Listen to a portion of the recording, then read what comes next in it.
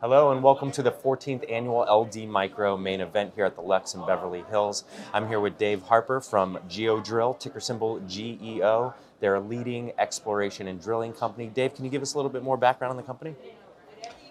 Thank you. Thank you for having me. Geodrill, exploration drilling contractors operating in West Africa. Our key markets are Ghana, Burkina Faso, Ivory Coast, and Mali. We provide the full gamut of exploration drilling services to our customers who are junior exploration and mining companies. So we cover the full spectrum of the space. Of the operators in the space, and we provide the full gamut of the drilling service. So very much an end-to-end business, cradle to the grave, as we say. And we're essentially, I guess the thing that's different about this business is that we are West African focused, or we have been for 25 years.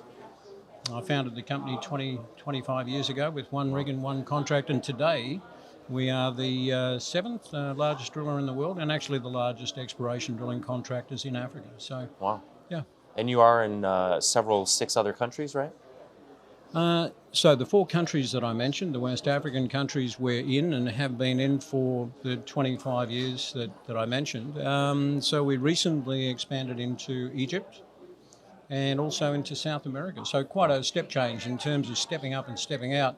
We're actually moving continents. We've been in Africa for so long, we think we've got a pretty good handle on the market there. We actually have about 30% of the markets, the four key markets that we operate in, and that's kind of enough, I think.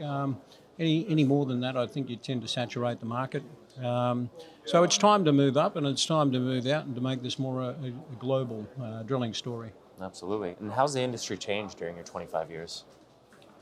Well, when I arrived in the 90s, West Africa it was a gold boom. It was a boom. What attracted me to the region at the time was that West Africa had been overlooked. It missed about 5 decades of modern exploration. Wow. Now, I made my way out there working for a corporate driller, and when I arrived, I saw a massive opportunity, a lot of low-hanging fruit. The place was very underdrilled, and a lot of the juniors then have gone on to become merged with intermediates, and the intermediates have come along and been gobbled up by the senior miners. So a lot of people, don't really give West Africa the credit that it truly deserves. But all of the key, all of the big senior miners, the Newmonts and Barrick and Goldfields, they're all there. Anglo, they're all there. And so, it's interesting if we look at West Africa on a regional basis, people overlook the production that comes out of West Africa. If you were to add up the production from the major gold-producing nations of the 12 or so West African countries, it actually becomes the second largest gold producer in the world. And so my point is that anyone that's invested in gold, or whether you're a miner or an investor, if you haven't got some West Africa in your portfolio, then you're missing a piece of the pie.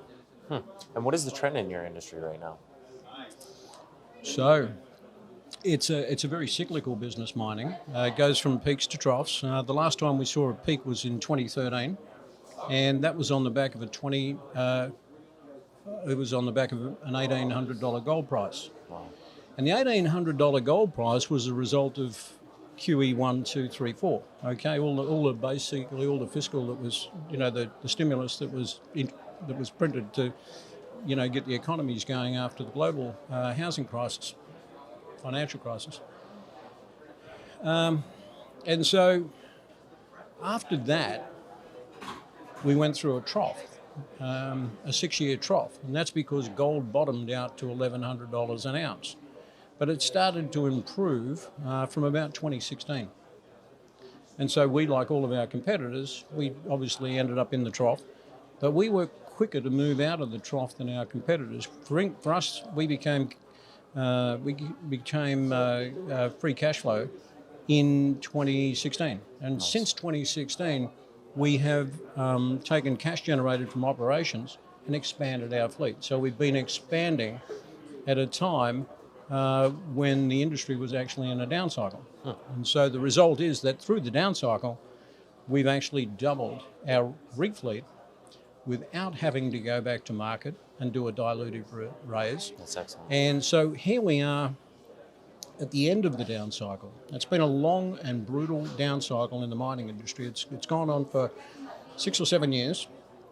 And as we currently, what we're currently seeing is that as the corner has turned, and we're starting to see this because all of the major drillers, as you know, the driller is the canary in the coal mine, right?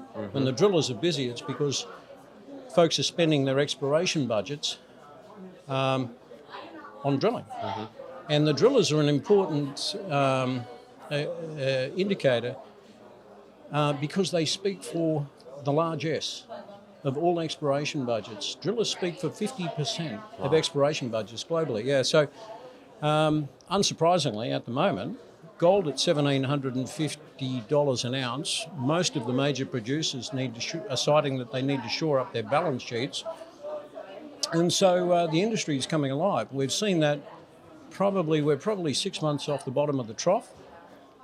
And now, unsurprisingly, all of the drillers are starting to report good financials. Geodrill, by example, we've just announced our H1, and it was a 58% year-over-year increase with 28% EBITDA margin. So the industry is definitely coming alive. That's great.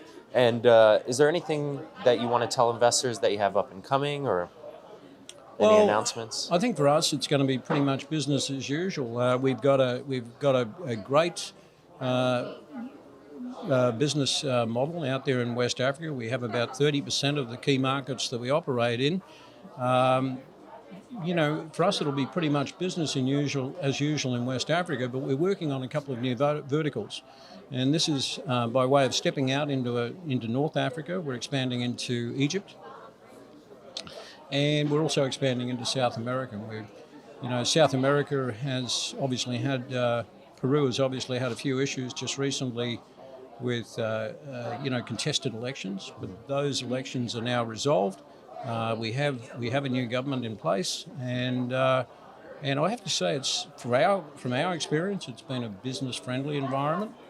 And I think as a result of that, we're starting to receive a significant amount of inquiries, and inquiries generally get converted into drilling contracts, which drives our utilisation, which drives our revenues.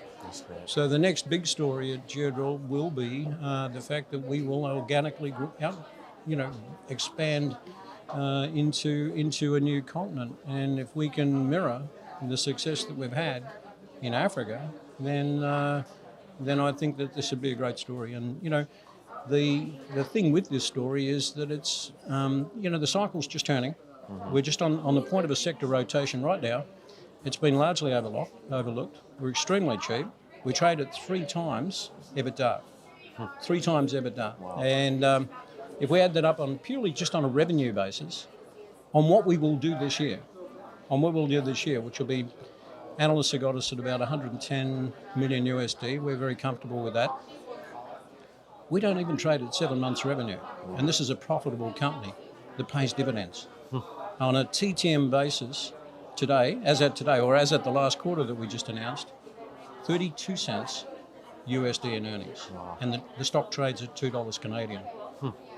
So we're really cheap, and I can't give you an explanation for that. When it comes to that, I've got to recite the Serenity Prayer. I just don't have an answer to that. So where can investors go to find more information about the company? Well, we have a website, obviously, and that's geodrill-gh.com. While I'm here at the conference, or you can just reach out to us on our website. Happy to answer all your questions. Perfect. Well, thank you so much for joining us today, Dave.